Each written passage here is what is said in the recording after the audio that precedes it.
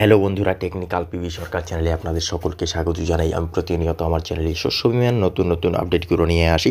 তেমনি আজও আমি আপনাদের জন্য এক বিরাট নতুন আপডেট নিয়ে এসেছি। শস্য বিমার টাকা দেওয়ার তারিখ এই মাত্র ঘোষণা হলো। বিস্তারিত জানুন কবে দেবে টাকা। বিস্তারিত জানতে পুরো ভিডিও দেখুন। পুরো ভিডিও না দেখলে কিছু বুঝতে পারবেন না, তাই পুরো ভিডিও দেখার অনুরোধ রইল আপনাদের সকলের কাছে। তাই দেরি না করে ভিডিওটিকে শুরু করছি। ভিডিওটি ভালো লাগলে লাইক করবেন, কমেন্ট করবেন, বন্ধুদের সঙ্গে শেয়ার করবেন এবং আমার চ্যানেলে নতুন হয়ে থাকলে চ্যানেলটিকে সাবস্ক্রাইব করবেন। ধন্যবাদ, পাশে থাকবেন। এবছর বাংলা শস্য বিমার আওতায় বাঁকুড়া জেলার চাষিদের সংখ্যা লাফিয়ে বেড়েছে। কৃষি দপ্তর পরিসংখ্যান অনুযায়ী প্রায় 1,40,788 জন নতুন চাষিকে বিমার আওতায় আনা হয়েছে, কিন্তু জমির পরিমাণ বেড়েছে মাত্র 2,987 হেক্টর।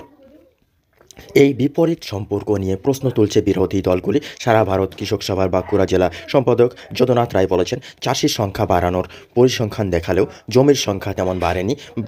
আনুপাতিকভাবে চাষি পিছু জমির পরিমাণ অত্যন্ত কম। এত ক্ষুদ্র চাষি জেলায় সাধারণত দেখা যায় না। শস্য বিমার আওতায় আনার বিশেষ উদ্যোগ বাঁকুড়ার উপকৃষি অধিকর্তা দেবকুমার সরকার জানান, এবছর বেশি সংখ্যক চাষিকে বিমার অন্তর্ভুক্ত করাই আমাদের লক্ষ্য ছিল। আমরা চাষিদের জমির প্রকৃত তথ্য আপলোড করেছি। কৃষক বন্ধু প্রকল্পের আওতায় থাকা প্রত্যেক চাষি বিমার সুবিধা পেয়েছেন। প্রাকৃতিক দুর্যোগে বিপর্যস্ত খারিফ মরশুমের শুরুতে অনাবৃষ্টির কারণে ধান চাষ নিয়ে সংশয় তৈরি হয়েছিল। পরে ভালো বৃষ্টিতে চাষের গতি এলেও একাধিক নিম্নচাপ ও দামোদরের বন্যায় বিপুল ক্ষতিগ্রস্ত হয়। জেলা প্রশাসনের রিপোর্ট অনুযায়ী দানা ঘূর্ণিঝড়ে প্রায় 10,770 হেক্টর জমির ধান নষ্ট হয়েছে। এরপরেও অসময়ের বৃষ্টিতে ক্ষতির মাত্রা আরও বেড়েছে। ক্ষতিপূরণের দাবিতে কৃষক সভার আন্দোলন।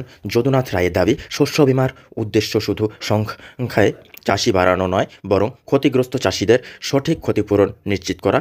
গণস্বাক্ষর সংগ্রহ করে আমরা এই দাবির কথা সরাসরি মুখ্যমন্ত্রীর কাছে পাঠাবো। প্রশাসনের প্রতিশ্রুতি। উপকৃষি অধিকর্তা জানান, ক্ষতিগ্রস্ত চাষিদের তথ্য রাজ্যে পাঠানো হয়েছে। রাজ্য প্রশাসন সেই তথ্য খতিয়ে দেখে ক্ষতিপূরণের ব্যবস্থা করবে। যদিও চাষিরা এখনও ক্ষতিপূরণের প্রতীক্ষায় রয়েছে। ফসলের ক্ষতিপূরণের টাকা কবে দেবে? মুখ্যমন্ত্রী মমতা বন্দ্যোপাধ্যায়ের আগে প্রতিশ্রুতি দিয়েছিলেন 2024 সালের ডিসেম্বর মাসে খারিফ মরশুমের ফসলের ক্ষতিপূরণের টাকা কৃষকদের দেওয়া হবে।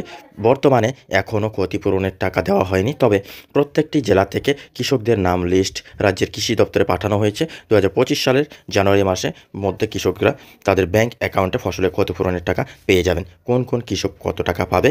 বাংলা শস্য বিমা প্রকল্পে ফসলের ক্ষতিপূরণের টাকা সব কৃষক সমান পাবে না। সেই কৃষকদের বেশি জমির বিমা করা ছিল, যে কৃষকদের বেশি জমির ক্ষতি হয়েছে সেই কৃষকদের বেশি ক্ষতিপূরণের টাকা দেওয়া হবে। যার কম জমি, যার কম ক্ষতি হয়েছে, সেই কৃষকটি কম ক্ষতিপূরণের টাকা পাবে। এবার আপনারা যেমন জমির বিমা করা হয়েছে সেই অনুযায়ী আপনারা ক্ষতিপূরণের টাকা ব্যাংক অ্যাকাউন্টে পাবেন। বন্ধুরা, এই ছিল আজকের আপডেট।